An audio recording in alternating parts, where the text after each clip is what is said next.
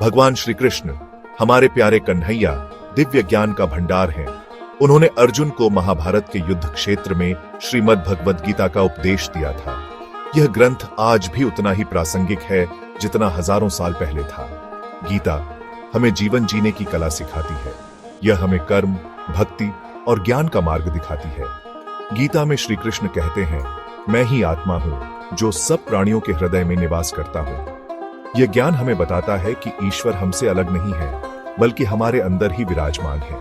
हम सभी को इस दिव्य ज्ञान को समझने और अपने जीवन में उतारने का प्रयास करना चाहिए। गीता का अध्ययन हमें दुखों से मुक्ति और शाश्वत सुख की प्राप्ति का मार्ग दिखाता है।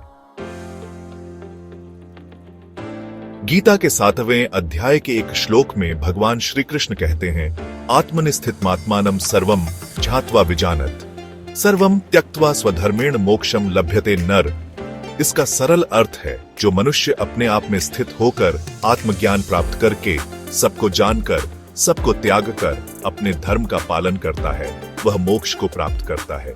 यह श्लोक आत्मज्ञान के महत्व को दर्शाता है। आत्मज्ञान का अर्थ है स्वयं को जानना, अपनी वास्तविक प्रकृति को समझना। जब हम स्वयं को जान लेते हैं तो हमें यह भी समझ आ जाता है कि ईश्वर क्या है, संसार क्या है और हमारा इस संसार में क्या कर्तव्य है। आत्मज्ञान हमें अज्ञानता के अंधकार से मुक्त करके ज्ञान के प्रकाश की ओर ले जाता है। यह हमें मोहमाया के बंधनों से मुक्त करके वास्तविक स्वतंत्रता प्रदान करता है। मोक्ष का अर्थ है जन्म मरण के चक्र से मुक्ति। यह जीवन का अंतिम लक्ष्य है, जिसे प्राप्त करने के लिए सभी साधक प्रयत्नशील रहते हैं। गीता में भगवान श्री कृष्ण ने मोक्ष प्राप्ति के अनेक मार्ग बताए हैं, जिनमें कर्म योग, भक्ति योग और ज्ञान योग प्रमुख हैं। कर्म योग हमें निष्काम भाव से अपने कर्तव्यों का पालन करना सिखाता है।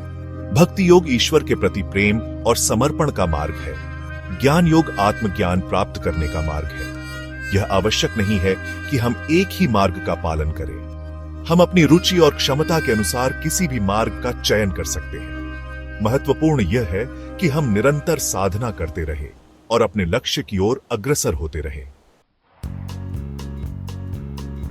आत्मज्ञान प्राप्ति कोई कठिन कार्य नहीं है। यह तो हमारे अंदर ही छिपा हुआ है, बस हमें इसे पहचानने की आवश्यकता है। जैसे एक दीपक के जलने से अंधकार दूर हो जाता है, वैसे ही आत्मज्ञान प्राप्त होते ही हमारे जीवन का सारा अज्ञान दूर हो जाता है। वास्तविक जीवन में गौतम बुद्ध, महावीर स्वामी, कबीर दास आदि अनेक महापुरुषों ने आत्मज्ञान प्राप्त करके मानवता को सही मार्ग दिखाया है। हमें भी इन महापुरुषों के जीवन से प्रेरणा लेनी चाहिए और आत्मज्ञान प्राप्ति के लिए प्रयत्नशील रहना चाहिए। यही जीवन का सच्चा उद्देश्य है और यही हमें वास्तविक सुख और शांति प्रदान कर सकता है।